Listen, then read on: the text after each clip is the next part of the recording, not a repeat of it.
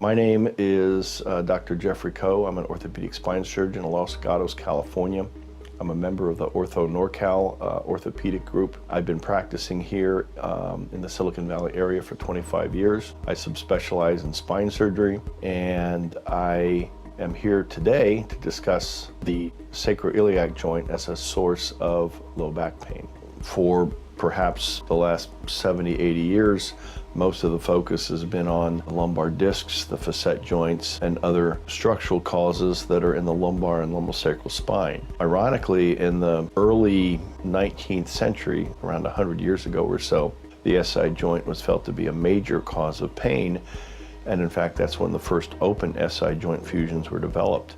The surgery that was considered for SI joint pain, the open fusion, was considered kind of a brutal, almost barbaric operation, which I actually have done in the past for patients that identified, let's say in the 1990s, before the minimally invasive approach was developed. In the last 5 to 10 years, minimally invasive technologies have been developed.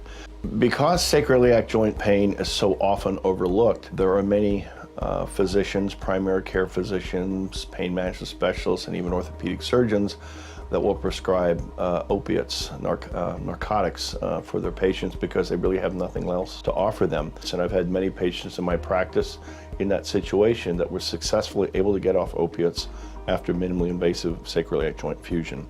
Actually, diagnostic findings or tests that you can do in clinical examination that give you an idea about whether or not a sacroiliac joint is potentially a source of pain. Then there are non-operative measures that can be done. You've done all conservative measures, then a patient is potentially a candidate for a minimally invasive sacroiliac joint fusion. The procedure is very straightforward. It's performed through an incision that is just a little bit over 1 inch in length. My results from sacroiliac joint surgery performed on a minimally invasive basis have been astoundingly successful. The reason for this is the procedure has a very low morbidity and low complication rate. We were able to make the diagnosis properly, and 80 to 90% of my patients are extraordinarily satisfied with the results. If you think that you might have sacroiliac joint pain, we are delighted to see you for consultation and evaluate you for this, do the appropriate diagnostic testing after the appropriate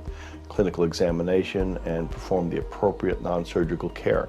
If you fail that non-surgical care, and we believe that the sacroiliac joint truly is the source of your pain, we can offer you minimally invasive sacroiliac joint fusion using the iFuse technique.